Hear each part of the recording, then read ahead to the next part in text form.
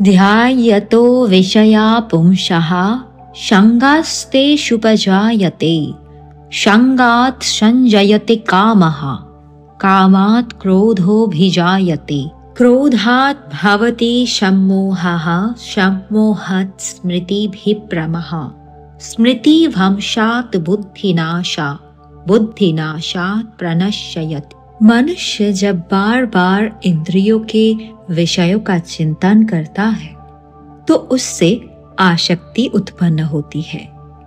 आसक्ति से इच्छा जन्म लेती है और इच्छा पूरी ना होने पर क्रोध आता है। क्रोध से भ्रम होता है। भ्रम से स्मृति अर्थात स्वभाव तथा संस्कार का नाश होता है। स्मृति के नाश से बुद्धि भ्रष्ट हो जाती है और अंत में व्यक्ति विनाश की ओर बढ़ता है। मन की गिरावट कैसे शुरू होती है? भगवान श्री कृष्ण बताते हैं कि जब कोई इंसान बार बार किसी विषय या वस्तु के बारे में सोचता है, जैसे पैसा, सुख, कोई व्यक्ति, नाम या सम्मान, तो मन उस चीज से जुड़ने लगता है। धीरे धीरे उस चीज से लगाव बन जाता है। फिर उस लगाव से इच्छा पैदा होती है कि हमें वो चीज चाहिए ही चाहिए, और जब वो इच्छा पूरी नहीं होती या कोई उसमें बाधा बनता है तो वहीं से गुस्सा अर्थात क्रोध जन्म लेता है। गुस्से के बाद क्या होता है? जब मन में गुस्सा आता है तो सोचने समझने की शक्ति कमजोर होने लगती है। इंसान को चीजें साफ साफ दिखाई नहीं देती, उससे भ्रम होने लगता है। ये भ्रम अर्थात सम्मोह हमें याद दिलाने की शक्ति को छीन लेता है। हम भूल जाते हैं कि हम कौन हैं, क्या ठीक है, क्या गलत। जब ये स्मृति चली जाती है तो फिर बुद्धि यानी सही निर्णय लेने की क्षमता भी चली जाती है, और जब बुद्धि नष्ट हो जाती है तो इंसान गलत राह पकड़ लेता है। वह खुद ही अपने जीवन को दुख और बर्बादी की ओर ले जाता है। जीवन में इसका क्या मतलब है? ये श्लोक बहुत सीधी तरीके से हमें मन के पतन होने का रास्ता दिखा रही है।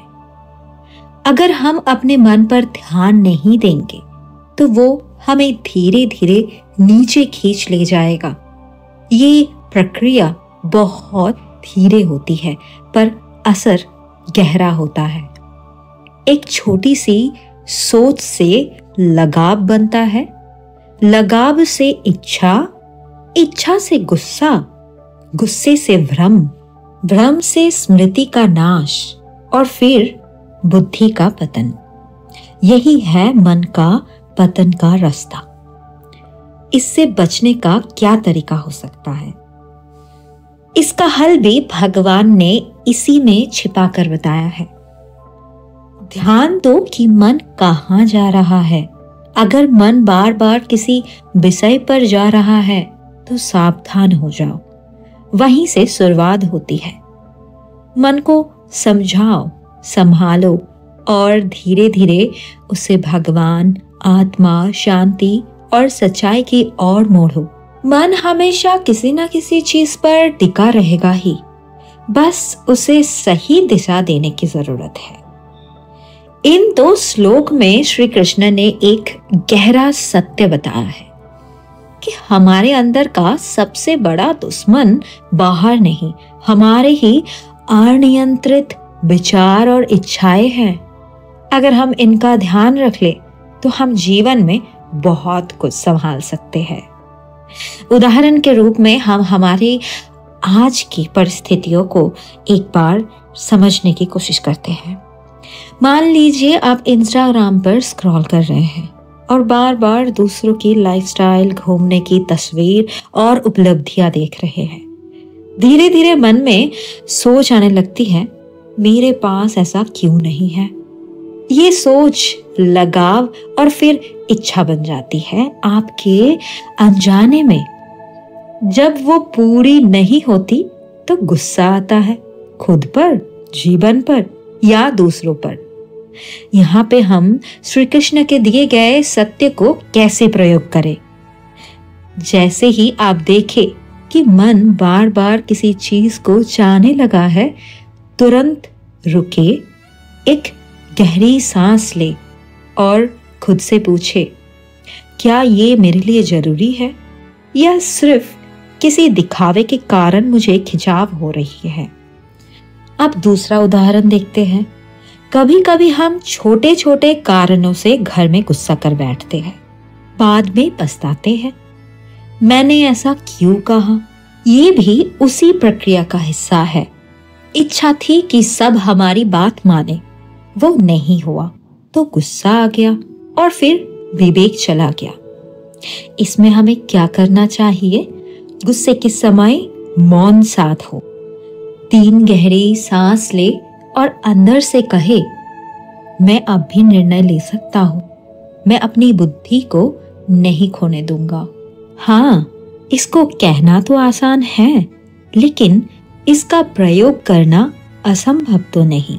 जिस तरह बार बार किसी विषय का चिंतन करने से मन उसमें आसक्त हो जाता है, उसी प्रकार यदि हम उच्च लक्ष्य, आध्यात्मिक उन्नति या जीवन के किसी सार्थक उद्देश्य पर मन लगाए, तो वही मन हमें उस दिशा में आगे ले जाता है। जैसे कोई विद्यार्थी अगर बार बार सोचता है मुझे डॉक्टर बनना है, मुझे समाज की सेवा करनी है, तो उसका मन धीरे धीरे पढ़ाई से जुड़ने लगेगा ही लगेगा। अगर कोई साधक ये सोचता है मुझे भगवान का साक्षात्कार करना है, तो वही मन ध्यान, जप और सत्संग की ओर खींचने लगेगा। मन में जैसा बीज बोओगे वैसे ही वृक्ष उगेगा। अगर हम समझदारी से अपने मन में उत्कृष्ट विचार, सकारात्मक लक्ष्य और सेवा या साधना की भावना भर दे, तो वही मन जो पहले विकारों का कारण था, अब साधना का साधन बन जाएगा। जब मन डगमगाए, जब क्रोध आए, तो शांत होकर श्री कृष्ण का ये वचन याद करें, क्रोध से सम्मोहम, सम्मोह से स्मृति भ्रंश और स्मृति भ्रंश से बुद्धि नाश होता है। और मन ही मन कहे, हे प्रभु, मुझे मेरे ही मन से बचा लो, मुझे विवेक दो, स्मृति दो और आपकी स्मरण में रखो।